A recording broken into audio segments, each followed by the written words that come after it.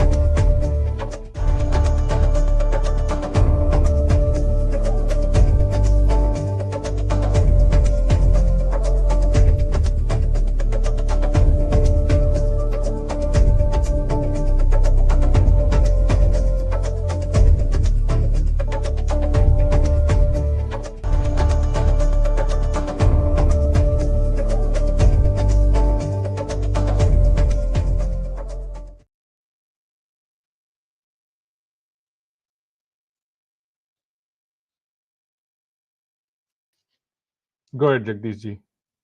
No, you're muted, huh? Jagdish ji, you're muted. Namaste, Suswagatam, and welcome to our Sunday edition of Gyan Ganga, Words of Wisdom on our Virat Hindustan Sangam social media channels. We are today at episode number 263, and the topic is freedom of speech under threat in India? And for the next 45 minutes, we will be discussing this topic with Dr. Subramanian Swamy. For many parts of India, which is celebrating the New Year, is wishing our viewers across the globe a Happy New Year, depending on which region you are from India.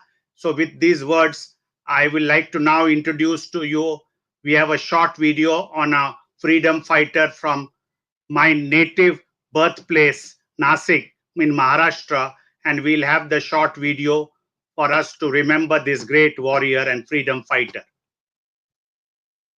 December 1909. In Nashik's shadowed streets, a revolution was stirring. British rule had pushed young Indians to the edge. Among them was 17-year-old Anant Laxman Kanhera, a nationalist from Aurangabad, determined to fight oppression. Nashik was a strategic colonial stronghold. Jackson, the district magistrate, was a scholar of Indian history but also a ruthless enforcer of British rule. He closely monitored nationalists, particularly Vinayak Damodar Savarkar and his revolutionary Abhinav Bharat Society. To the young radicals, Jackson symbolized colonial tyranny. Eliminating him would send a bold message. December 21, 1909. Jackson arrived at Vijayanand Theatre to watch a Marathi play, Sharada. Anant Kanhera moved through the crowd, gripping a revolver. As Jackson stepped outside, 3 bullets tore through him. He collapsed lifeless. Anant made no attempt to escape. His mission was complete, but the British Empire struck back. A brutal crackdown followed. Several revolutionaries including Krishnaji Karve and Vinayak Deshpande were arrested and sentenced to death. On April 19, 1910 they were hanged. Vinayak Savarkar, though not directly involved, was sentenced to 2 life terms in Andaman for inspiring revolutionaries. Before his execution, Kanhera declared, "If I had more bullets I would have finished the entire British rule in India." His sacrifice ignited the flames of armed resistance, inspiring Bhagat Singh, Chandrasekhar Azad and Subhash Chandra Bose. The Nashik conspiracy of 1909 was not just a rebellion, it was a declaration of war that led to India's independence 38 years later.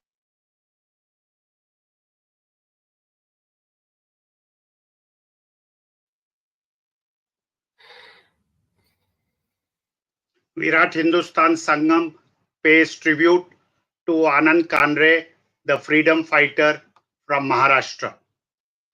With these words, it's over to Dr. Swamy to initiate today's discussion, Is freedom of speech under threat in India? Thank you, Jagdish. There's no doubt in anybody's mind today in India that there has been a gross deterioration in the freedom of speech, the freedom of the media, wherever it was possible, people have stopped talking except in hush or in private meetings only. So there is no doubt that Mr. Modi's rule has increasingly been a suffocation of the freedom to speak in India. And we and the BJP are those who are not going to put up with this, because we have been fighting all through the last almost 100 years for this freedom to express your views openly and correctly. So first of all, I'd like to say that when you look at the Prime Minister's office and the people, the rowdies in the party, they are all targeting media and those who can influence media. People from the Prime Minister's office, Hiren Joshi, as a man who is some junior status in the PMO, he goes around to people telling them, telling the newspapers, you can't write this, you can't write that, and also you cannot give time or space in your media to such and such person, even if they happen to be in the BJP party itself. So a kind of George Orwell, who wrote a book about 1984, as it was called, a sort of a decline in the freedom of speech has already come in a very big way, and we'll have to find some way now to resist it.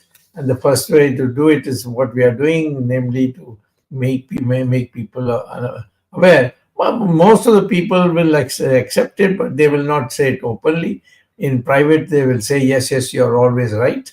And therefore, today I would say, as a point number one, we need to see these people, Prime Minister's office agents, these rowdies in the youth movements that have been set up, all these people are confronted if they ever try to harm anybody and frighten anybody from speaking the truth. The second thing is what we in the writings say is called the chilling effect. So there are so many aspects that are there which is chilling the people from speaking out openly, and this chilling effect usually is in the form of hate speeches. Hate speeches are there where the persons are targeted. Persons, if they are weak in terms of defending themselves, their houses are burnt. All this kind of things is also taking place, and we have to make sure that the chilling effect that is taking place in our country, where people are afraid to speak openly, this has to be dealt with, and free speech should again regain its position in our country. Then the other thing I've noticed is this national security is used as a way of trying to keep you quiet, or at least not ask for data and so on. Take for example China. China has occupied 4,064 square kilometers of Ladakh, which is undisputed Indian territory. Even China in the past never asked for and made a claim for it. But Mr. Modi government has given it away, and they've created a new India-China relationship, which has not been publicized. And in that, it has been accepted that these areas of India, which are undisputed all these days, these years and years and years, that it will be given to China. And China has taken it over and has set up units for the Chinese to come and occupy it too. So this is something which is actually a betrayal of our country. But nobody is able to speak because they don't know. And if I tell them, they think, well, Swamy is in a bad mood, so he's saying all this.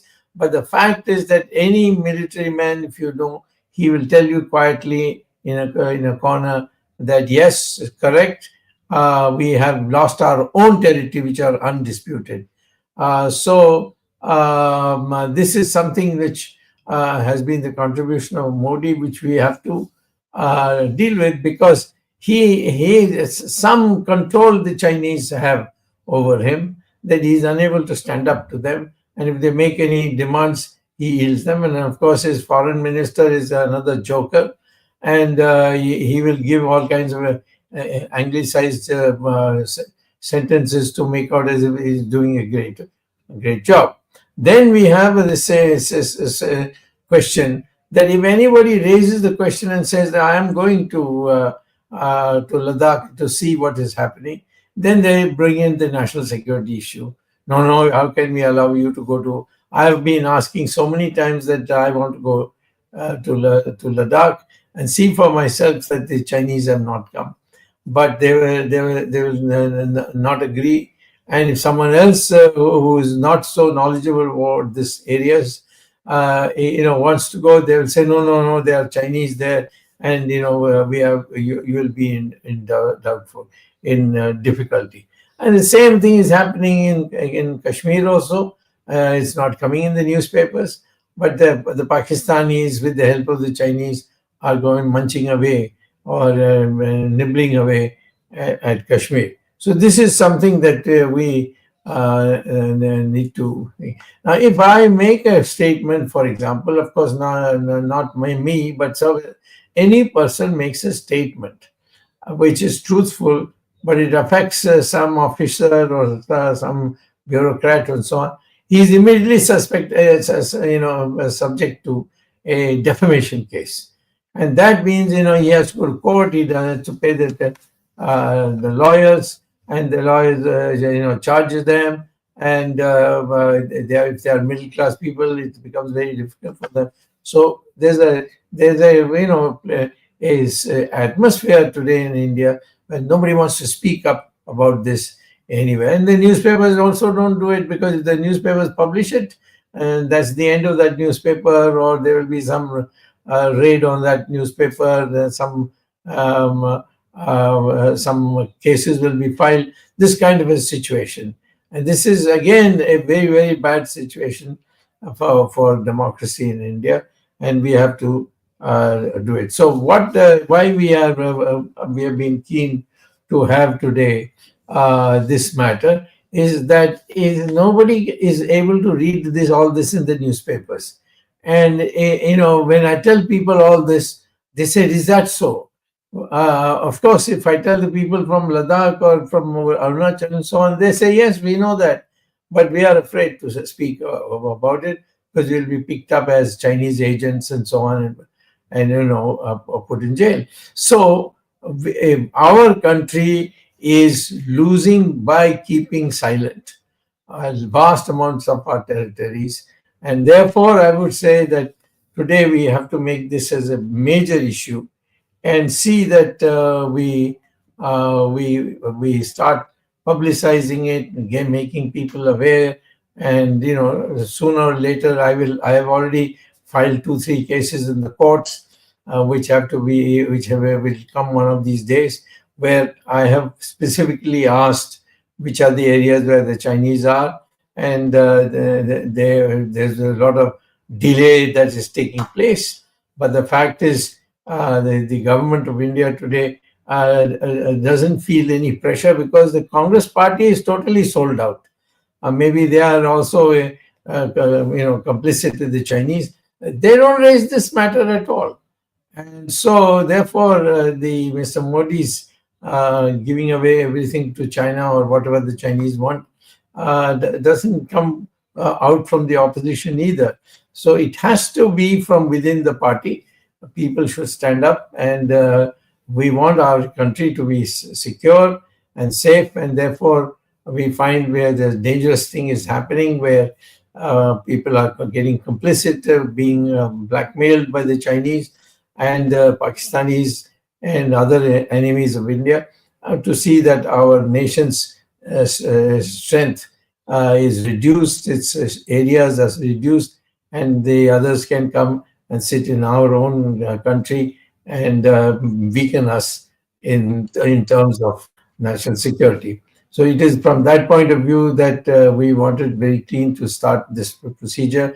Later on, I am hoping that we can get specific instances with photographs without identifying who gave it all this to us, and show it to people that this is the reality through the pictures that we have collected. So with these remarks, over to Jagdish, and to thank him that this is a very good topic that you have taken, and you have woken India up, because there's so much censorship today that people don't even know that vast parts of our territory, 4,064 square kilometers of undisputed Ladakh has been taken over by China, but not a word is being spoken of.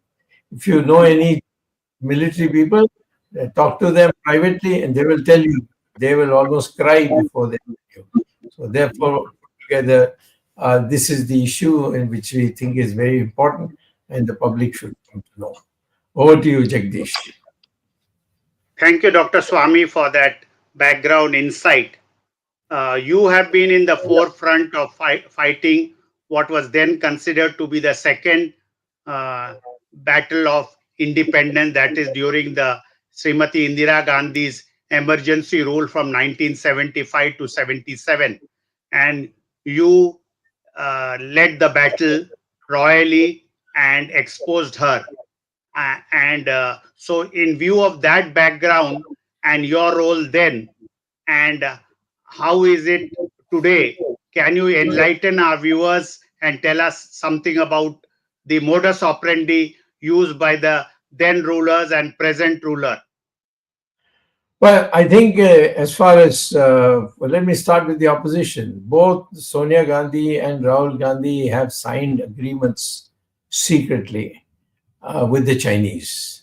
And this is not permissible. Of course, you find that now Rahul Gandhi has a citizenship of Britain, and he has never told us, and it's illegal. And of course, I've gone to court now, and I'm hoping by end of May, we will get a judgment from the courts. But the fact is, Sonia Gandhi went in 1995. She went to China, and there she signed an agreement. And one of the consequences of that is that the Chinese will fund Rajiv Gandhi Foundation, which is run by Sonia Gandhi and now probably headed by Priyanka Gandhi. So the commitment to China is very strong. In the case of Modi, he went 10 times as a chief minister of Gujarat, and nobody knows why he went there, because he's no expert in international affairs. And at that time, he was the chief minister on top of that. But he went there and stayed there, and the ambassador was Jaishankar, who's now become his foreign minister. And what he did, I know what he did because the Chinese have been my friends for a long time, till when which I stopped their friendship after their people entered into Indian territory, which was undisputed Indian territory. But in those days, they were telling me about this. The Chinese are saying that, what are you, in which world are you in? The man you have chosen to become the Prime Minister of India in the next election, he has come 10 times in 7 years to China, and then all he does is stays in Beijing, and then of course he gets certain arrangements done for him, which I can't mention in this program. So what has happened is Chinese have already done this. Now you see, suddenly they're talking. Our people are talking about normalization with China. They have now started allowing things to be imported from China. They want to just completely forget about it. Are you allowed to go to Ladakh and see how much the Chinese have occupied? No, you won't be allowed to go. Even the Ladakhis will not be allowed to go.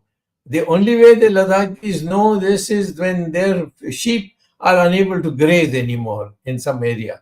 And that's how Jagdish, one of the leaders of the Ladakhi movement, he came and told us that, now we are not able to go even where our sheep can be taken for grazing. So therefore, what I would say is that I'm trying to tell people, come out and go, try to go, or try and find out if you have people in the army, ask them privately. If they are related to you, it's much better, because then they will also be safe. They will not be targeted later on. But we cannot allow the Chinese to come and occupy our land, and then one of these days, the Chinese will then throw our government and try to make it into a follower of China by appointing a person of their liking, which probably would be either Rahul Gandhi or Sonia Gandhi. So here is the crux of the matter, and that's what you wanted to know. I've told you in this form. Ramesh, your next question. Yes. Dr. Swamy, I'd like to make a few points. I've just noted down a few things, Dr. Swamy, based on whatever you spoke today. I've just taken some points. Yeah. If you look at as you mentioned, this government, instead of focusing on the critical issues on hand, be it the border security, economy, they are creating news out of nothing over some comedian making some reference or jokes about a politician. He didn't even mention the name. And now this has become a national issue being discussed by the media, which is again totally compromised, which we discussed last week.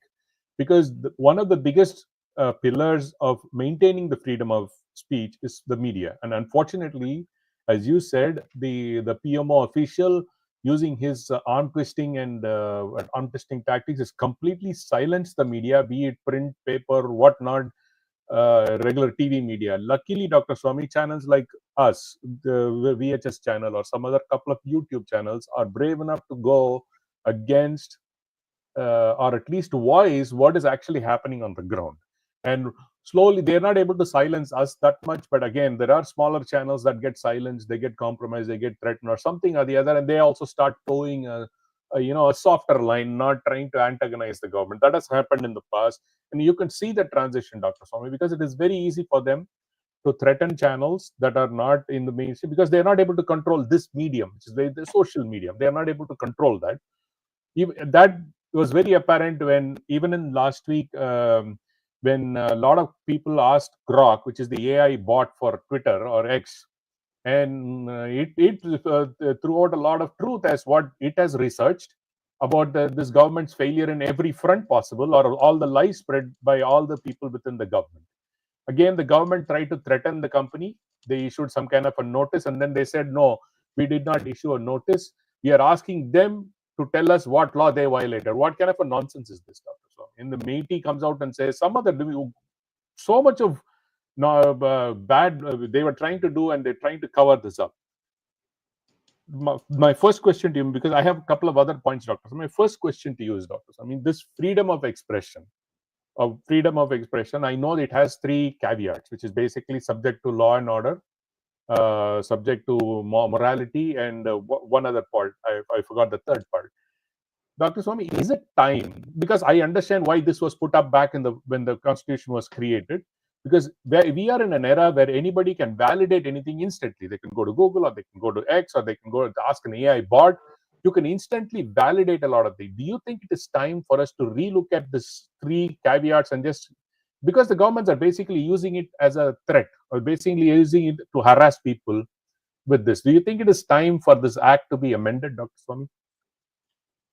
Well, certainly. I mean, you made a very good point. You see, but just see the extent to which you'll have to strive to get far in this. I find when I was still a member of Parliament 2 years ago, I filed a question in the Parliament, asking the then Defense Minister, Mr. Rajnath Singh, a good man, a friend of mine, but not very brave man, whether the Chinese have entered into areas which were undisputed and claimed to it as some. So he said, this is a question of national interest and I cannot deliver it. So I was a bit surprised. I mean, how can it be in a national interest to cover up losing your territory? Correct. But obviously what he was told to say.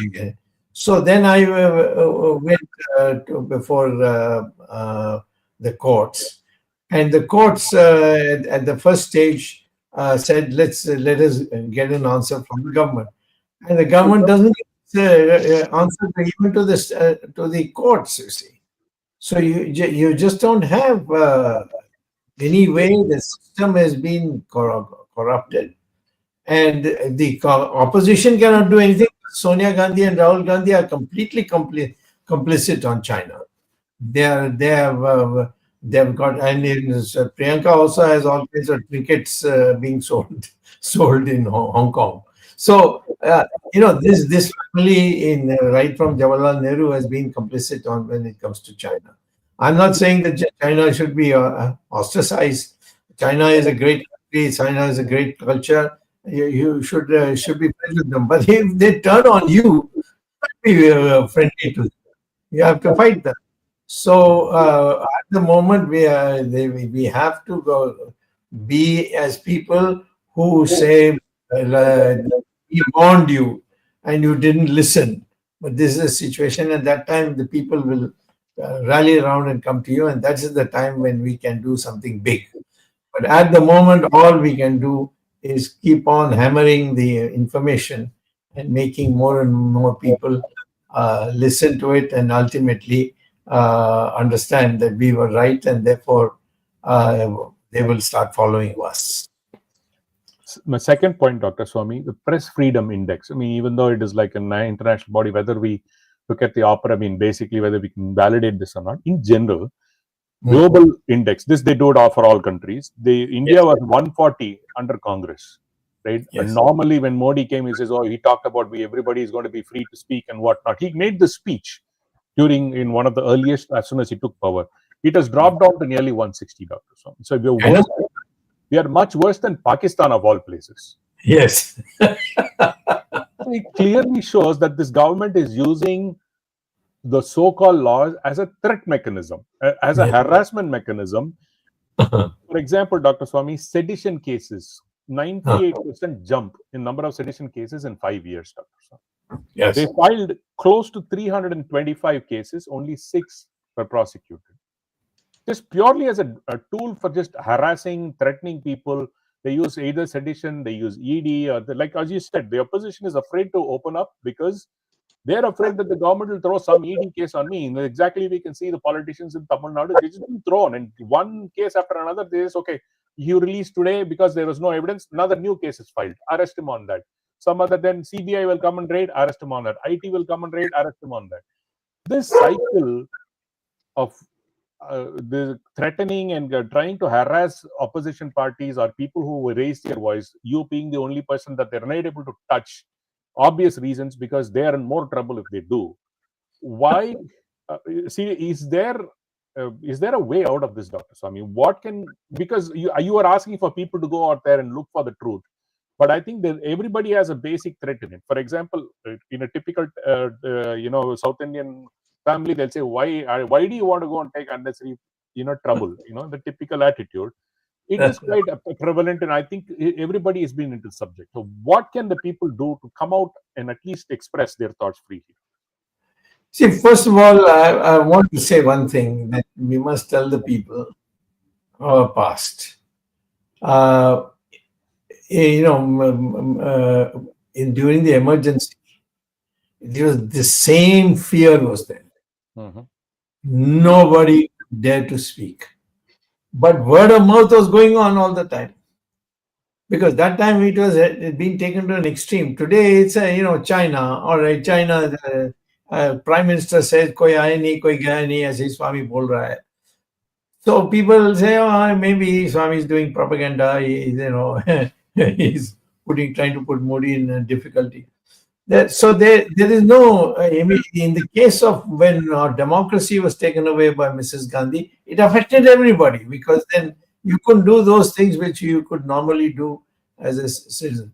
So today the difficulty you have is that you will not be able to arouse the public that something big has happened till the Chinese come and say occupy some parts of India, which is known as India. Like if they take away Sikkim, or they take away some part of Ladakh,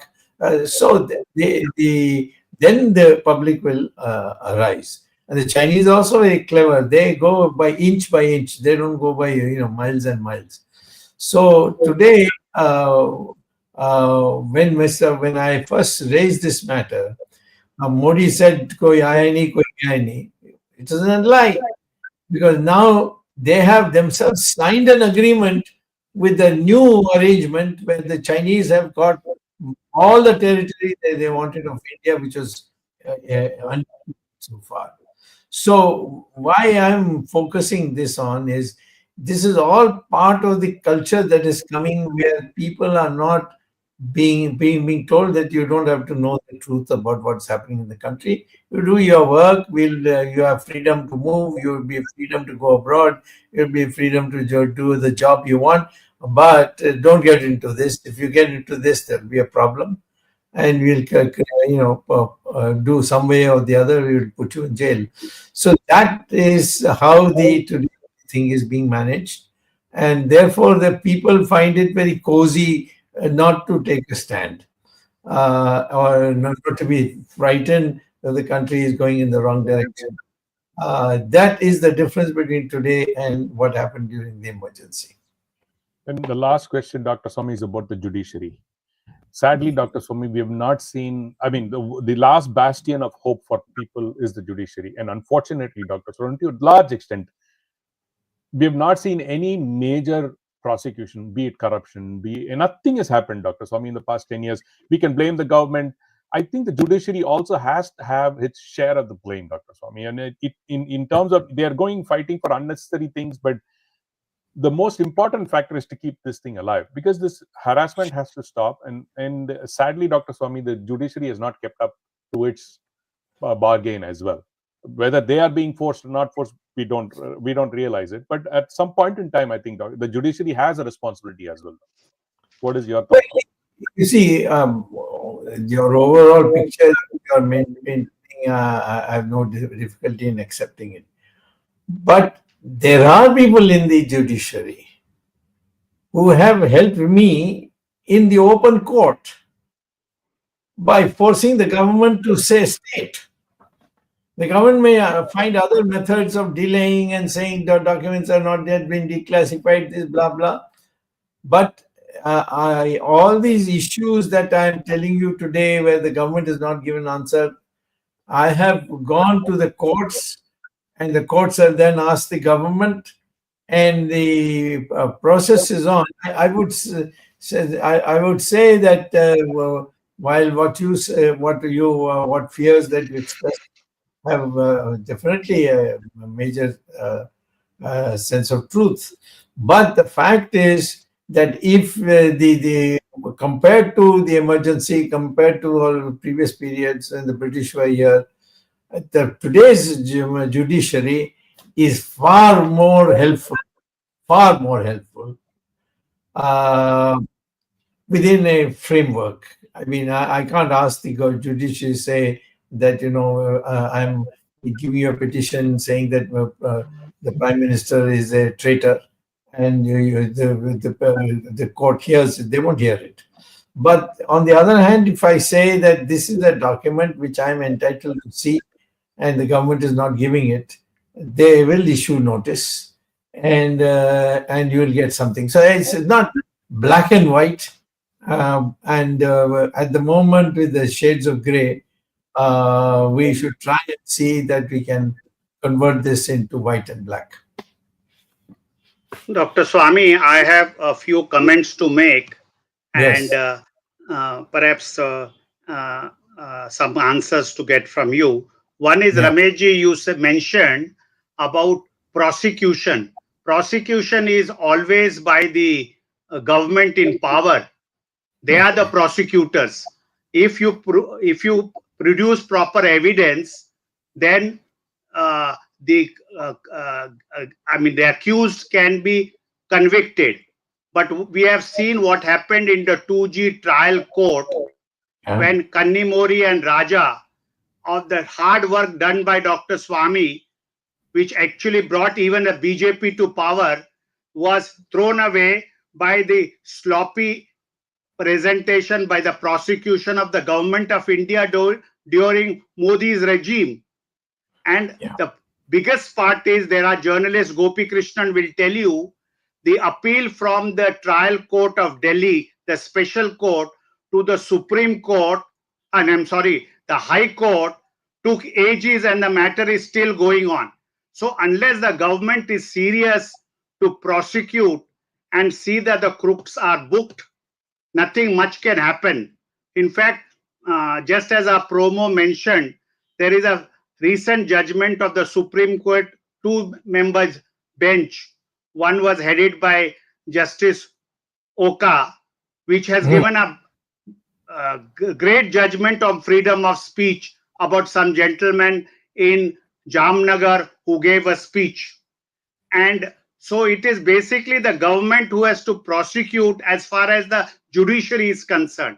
And judiciary definitely at least has shown more spine than what it was doing during the emergency. And many of our viewers may not know how manipulative the government machinery is. Today we may not have a proclaimed emergency, but clandestinely the government agencies and these fake narratives. See, what used to happen is, during Indira Gandhi's time, as Mr. Devgant, as Mr. Loknaik Jayaprakash Narayan had called the then Congress president a court jester, D.K. Barua, as a court jester.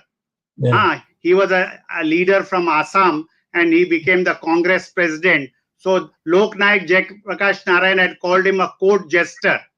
So he had said, India is India. So these were the fake narratives that Misa, the trains were running on time, we should be bothered about the progress. Even Vinoba Bhave was siding with Indira Gandhi. In fact, many people who were Bhudan movement followers, they were quite upset with what Vinoba Bhave did during the emergency. So it is, and Dr. Swamy, I would say it's not only the question of China. The freedom of speech is affecting the grassroots level. The vocal class. Today, if you see some stand-up comedian, how they have been harassed on the freedom of speech.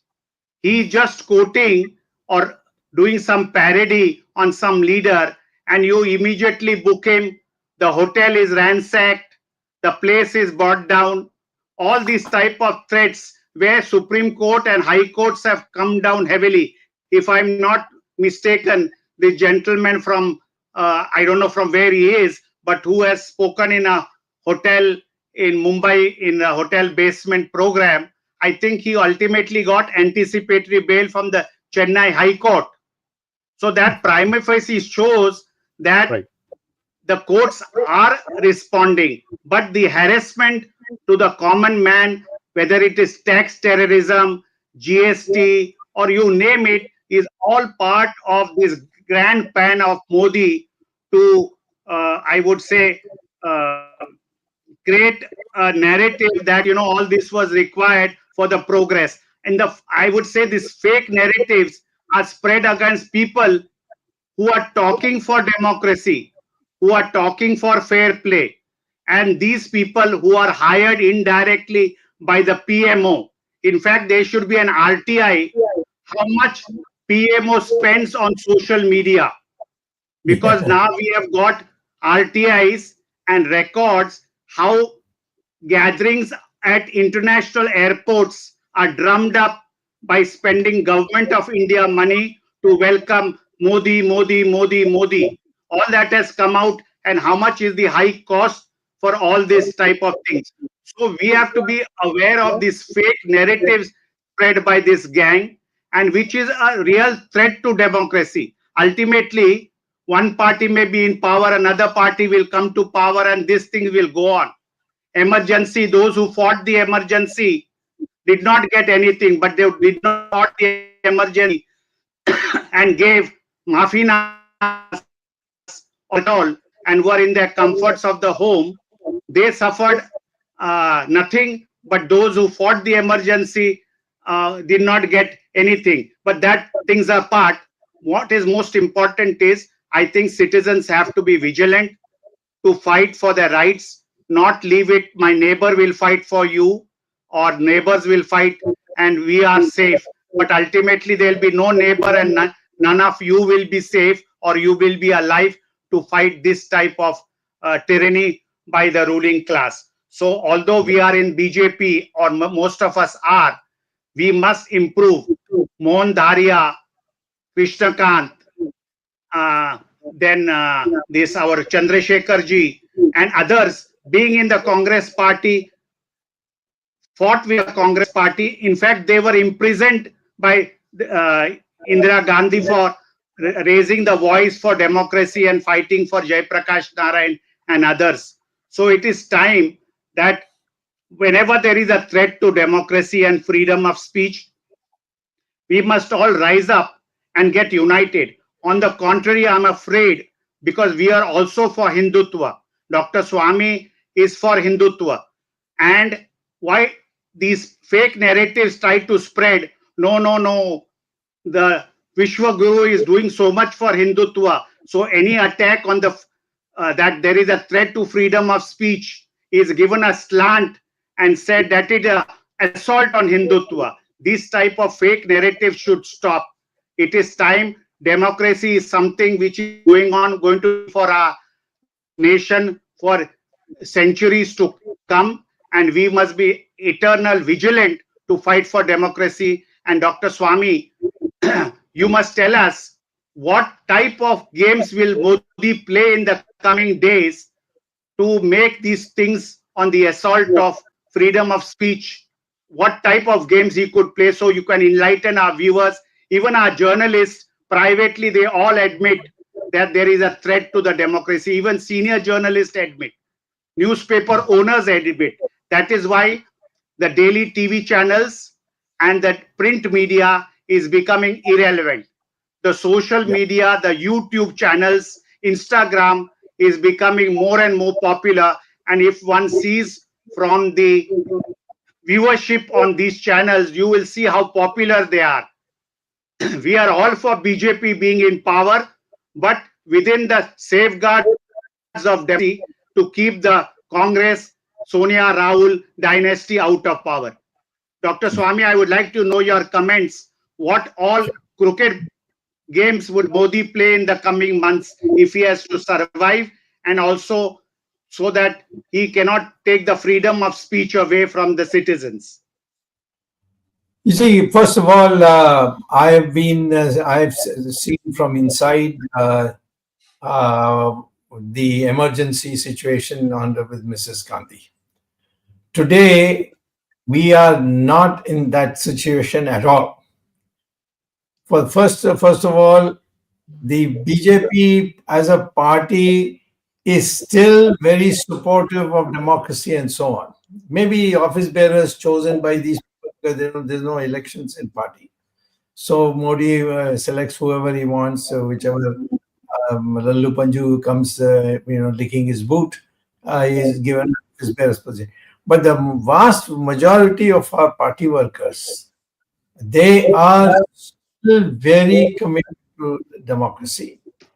And when I travel around the country, I do not find a single party member of any consequence coming and telling me, what is this you're doing? You're bringing the party down, or you're making Modi's name mud and all this kind of thing. Not at all. On the contrary, there's absolute support. So I am not, I don't think I would bother whether the Congress is coming or not coming, or whether DMK is coming or not coming. I think that the fact that if we get more and more become vocal and say that this is wrong and it cannot be accepted, I think this problem will be easily solved by civil methods. Second is, look at the position of Mr. Modi himself. First of all, for in this time in the elections when took place the third round, Mr. Modi first 4 or 5 rounds was lagging behind, and how he suddenly got in front with a small margin is another matter. But the fact is that he is no more a person who can run this as a dictator. And I think there are other events which are not coming to the media yet and should not perhaps, where it is quite clear that Modi is going to be a major factor to further the hurt to democracy, or develop dictatorship.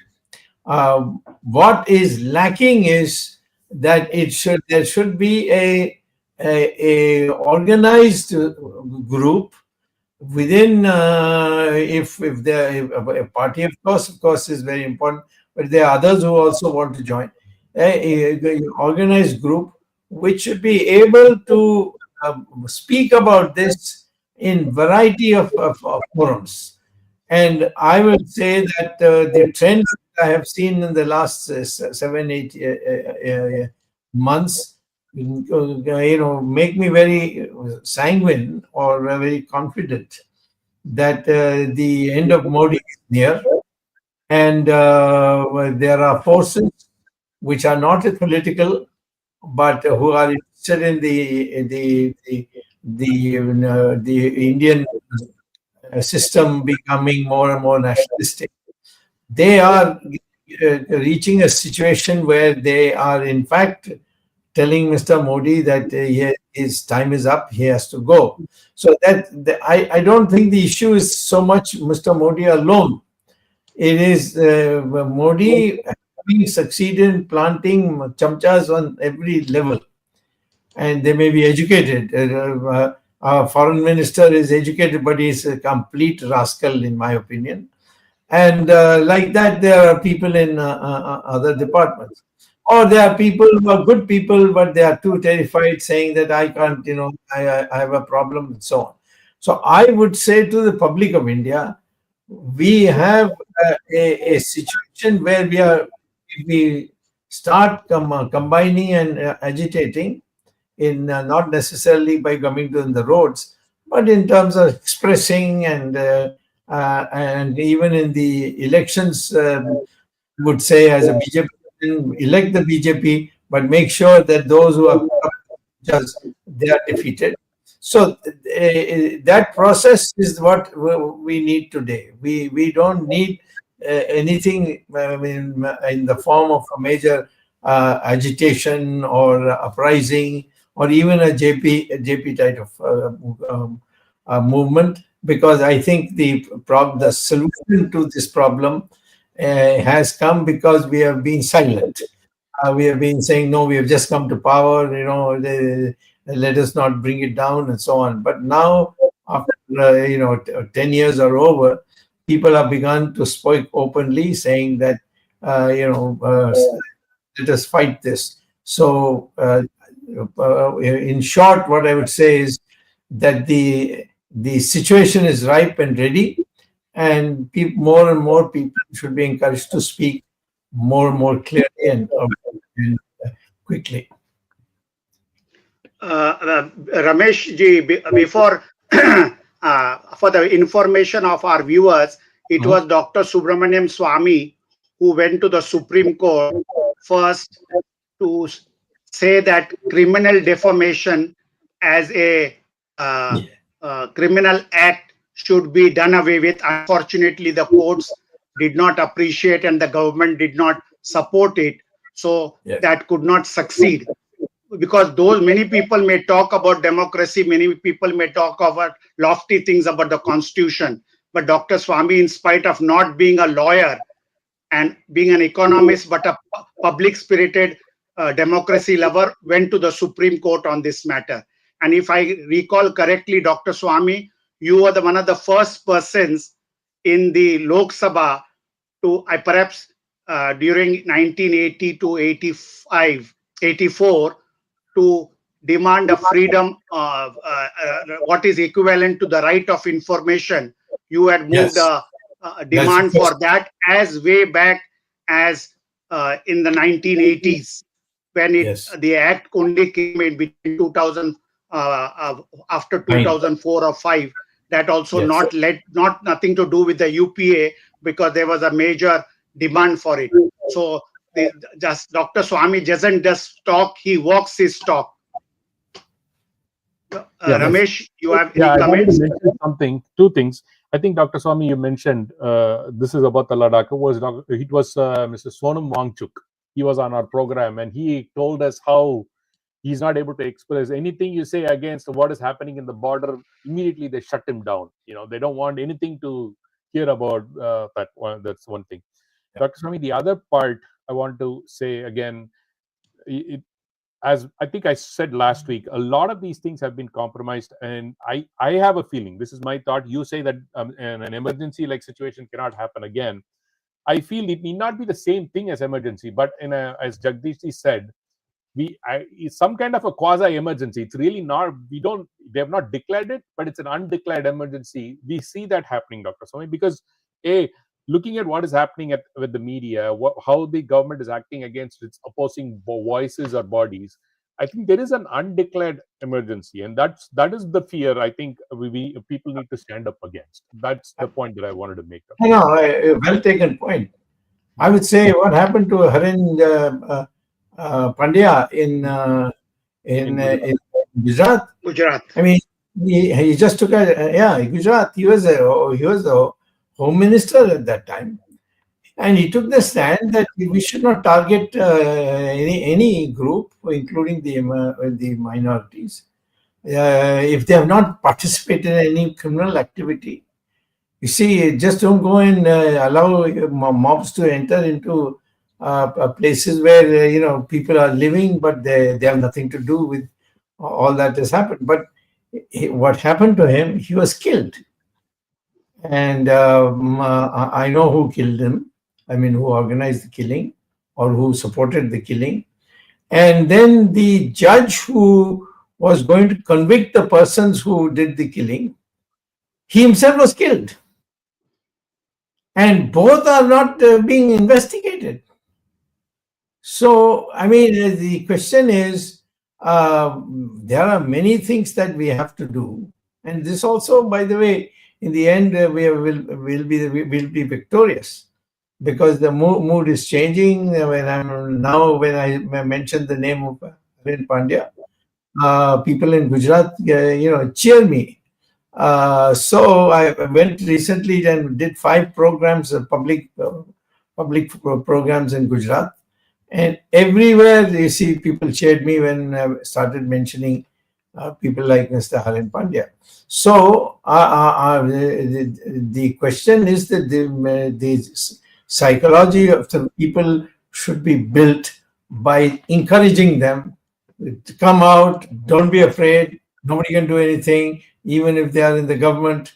And if they do, there are ways of which we can also retaliate. That way, that fear that is there, that yes, you see, I'm in supporting, but great leaders are fighting it. I won't do anything about it because I have a family to look after. That no, no, not those. I'm not saying that you should come out there with your flag and demonstrate, but you should be encouraging. You should tell people, yes, this is must be done. That is the thing that we want, because the people who are today are being identified in the public matter, in public voices. Forums, yeah. They will be very panicky, and so they may do something silly, but we have to proceed further very carefully. And I think there is a lot of support. I don't want any opposition parties to support us if they don't want to support us. I think the BJP in itself has now enough fighters who, if they are told that this is a great cause and that they remain non-violent, I think we will achieve our end very quickly. And last, Dr. Swamy, in as much if I want to agree with you about the BJP, the party per se, maybe the workers are open about things, and but I strongly feel that the leadership absolutely zilch, Dr. Swamy. No, that's precisely no, just interruption. That's precisely, you're correct. But they are not the leaders. They have been chosen not by vote. They're not being chosen by public support. They have been chosen because they are the sycophants of the Prime Minister. There's nothing else. It's only a matter of time to change it. It's very okay, thank you, Doctor. Thank you, Dr. Swamy. I would only want to add one more thing, that this freedom of speech or the threat and all that, even the Income Tax Act amendment, which allows invasion of our privacy, whether it is the telephone, whether it is your social media tweets or social media comments and many other things, is also an indirect threat. So some of the things are, why would you be worried when you have nothing to hide? But I think people in the country and abroad should see how democracies function abroad, and how so much of high credibility or so much of high importance given for the freedom of speech. So some of these things, we ourselves should get ourselves educated, the principles of democracy. And so this is a very important factor. Under tax terrorism, they are ready to do anything possible to privacy, and saying, if you are not worried, why are you? On the contrary, Dr. Swamy, there have been something which is the government has now woken up to, because of their fake ED threats to opponents. There is a gang operating all over India and abroad who do digital arrest of people and threaten them and a siphoned of money. It is an admitted fact. Not one case, thousands of cases have happened in India. It is a manifestation that the society is living under fear. If undesirable elements take advantage of this fake call and do digital arrest and extort money, that only shows what climate is the nation, or what environment the nation is experiencing. So with these words, we will end today our program, and we will keep raising such type of topics in the coming months. And keep our viewers updated on what's happening. And I once again wish our viewers Happy New Year, which is celebrated in many parts of India. And with these words, it is Jai Hind, Jai Shri Ram. Happy New Year to all. Happy Ugadi or Gudi Padwa, everybody. Thank you.